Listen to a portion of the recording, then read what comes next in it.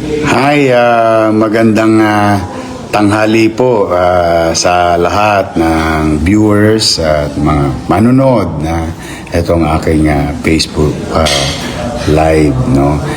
Ako po ay nag-live, particular na personal na makapagpasalamat po sa inyo, ka Eduardo B. Manalo, ang tagapagpamahalang pangkalahatan ng Iglesia ni Cristo, sa tulong po ninyo itong darating na halalan.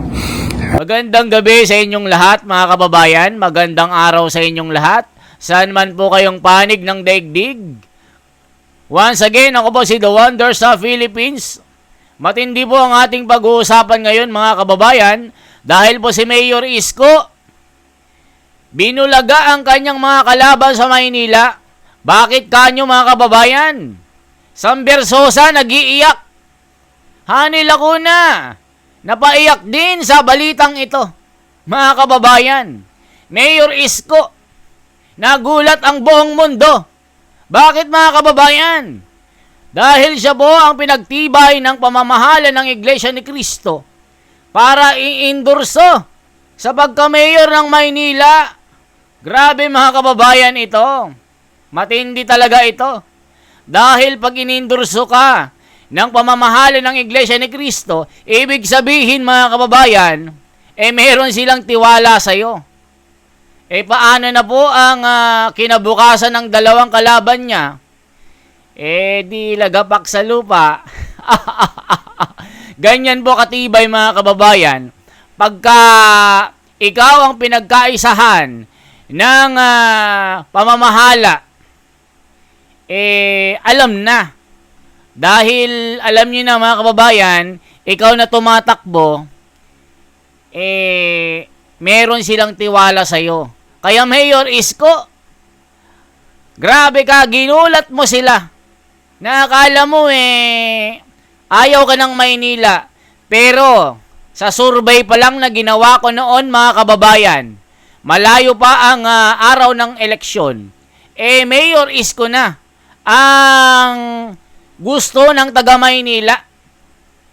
Talagang gusto nilang bumalik ang malupit na mayor na ito.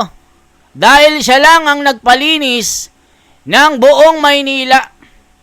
Inalis niya ang mga kalat sa kalsada na mga, halimbawa po sa Baclaran, Divisoria pala, mga kababayan. Halimbawa po sa Divisoria, nung siya ang mayor dyan, kung dati napakaraming snatcher, maraming mandurukot, pagka ikay bibili doon, talagang mabibwisit ka dahil yung mga kariton ng mga paninda, halos masugatan ka na sa paa, mga kababayan. Halimbawa, may motor ka, ganyan, hindi na makadaan, kahit mga kotse. Pero nang siya po ang naging mayor, nilinis ito, mga kababayan. Sa Quiapo, nilinis niya yan. Sa Carriedo, grabe, napakalinis. Napakarami niyang project na pinagawa. Grabe, mga kababayan. Siya rin ang nanguna na ipalinis ang Manila. Yung Manila Bay po na sumabay sa rehabilitation, siya ang tumulong kay PRRD, mga kababayan. Dahil isa tayo dyan na nagko-cover sa Manila Bay. Kaya Mayor Isko, anong masasabi mo dito? Bagong-bagong balita, mga kababayan. Mayor Isko may pasabog. Nagsalita na. Ano kayang masasabi niya na siya ang napili sa tatlong mayor na tumatakbo sa Maynila? Dahil siya ang pinili ng Iglesia ni Cristo. Mga kababayan, eto na. Hindi ko napapatagalin pa. Bad news sa dalawa dahil, naku, mga kababayan, kahit ako halimbawa ako yung mayor, hindi ako nadala, naku, nakakapanghinayang. Kaya Mayor Isko, swerte mo. malamang landslide ka na naman, Mayor Isko. Isa ka na namang gaya ng dati. Galingan mo. Ibalik mo ang dating dangal ng Maynila. Ibalik mo ang dating kalinisan ng Maynila na nasimulan mo na ikaw lang ang nakapagpagawa niyan. Ikaw lang ang nakagawa na mayor. Saksi ako dyan dahil sinundan kita noon. Ikaw ang nagpalinis sa mga sidewalk na talagang napuno ng mga vendor. Anong masasabi niyo mga kababayan? Eto na po si Mayor Isko. May matinding pasabog. Sorry sa dalawa, Sam Versosa, Hani Lacuna. Ipag-pray nyo na lang na iboto kayo ng mga Manileño. Ipag-pray nyo na lang kasi pag dinala ka ng Iglesia ni Cristo, alam na this.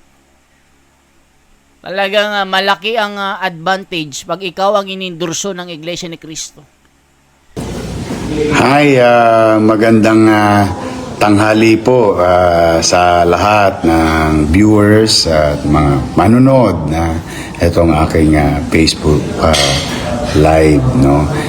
Ako po ay nag-live particular na personal na makapagpasalamat po sa inyo, ka Eduardo B. Manalo, ang tagapagpamahalang pangkalahatan ng Iglesia ni Cristo, sa tulong po ninyo itong darating na halalan.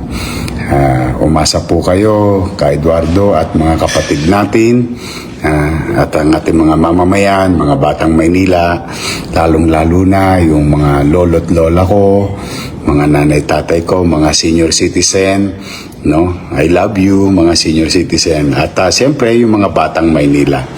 Ka Eduardo at sa ating mga kapatid, pagbubutihan ko po. May awa ang Diyos, mapagtagumpayan ko ang laban na ito. 10 ng aking mga kasama sa Yormes Choice, kasama ang ating Vice Mayor na si Chichi Atienza, at pagbubutihan po namin maglingkod sa ating kapwa. At pumanatag kayo, ka Eduardo, na patuloy kong ipatutupad ang pagkakapantay-pantay dito sa lungsod ng Maynila, ng pamamahayag ng mga batas at programa para sa lahat ng tao na nasasakupan natin sa lungsod.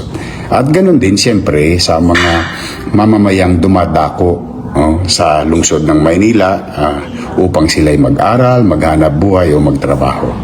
At pag-iigihan po natin, muli po nating lilinisin ang lungsod ng Maynila.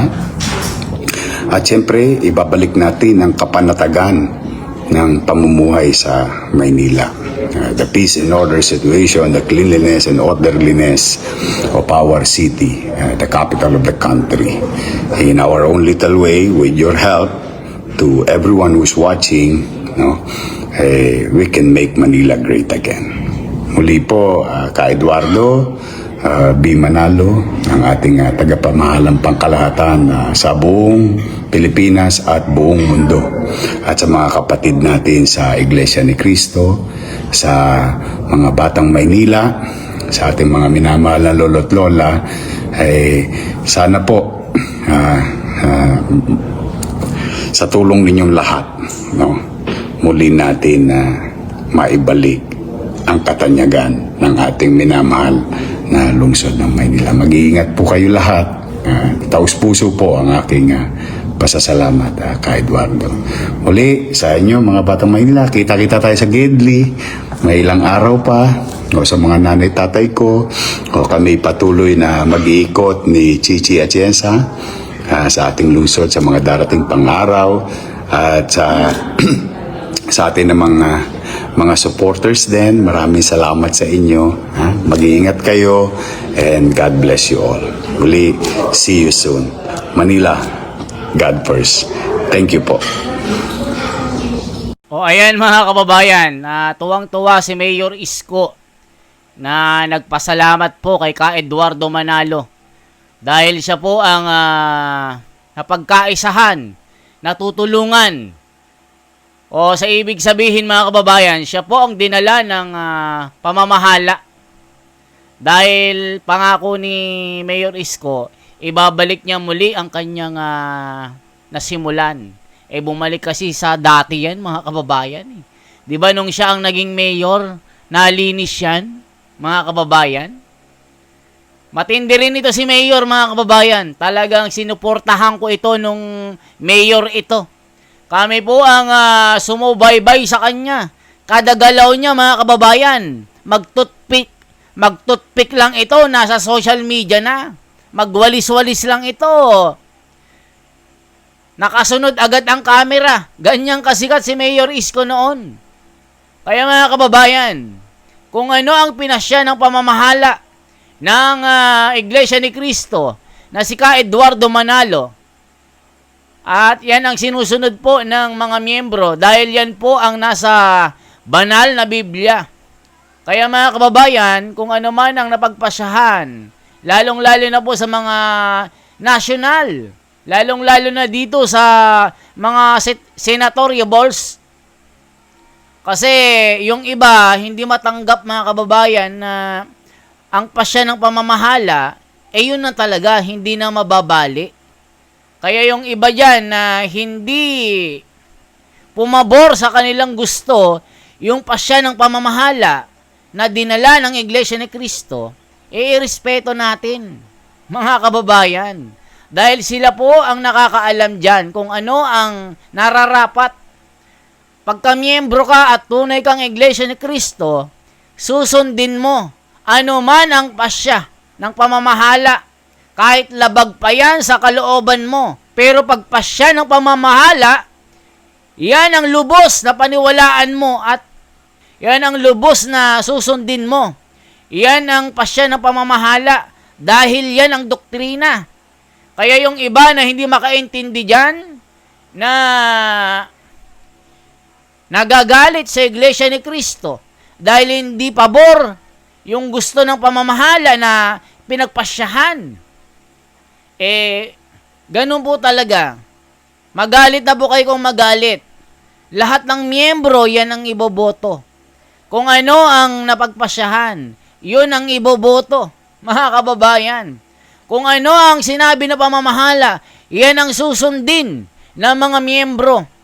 Yung iba nagtataas ang kilay si Bong Revilla, binabash. Bakit daw si Bong Revilla? Ang dami daw kaso, ganyan. Napoles daw. Anong magagawa natin?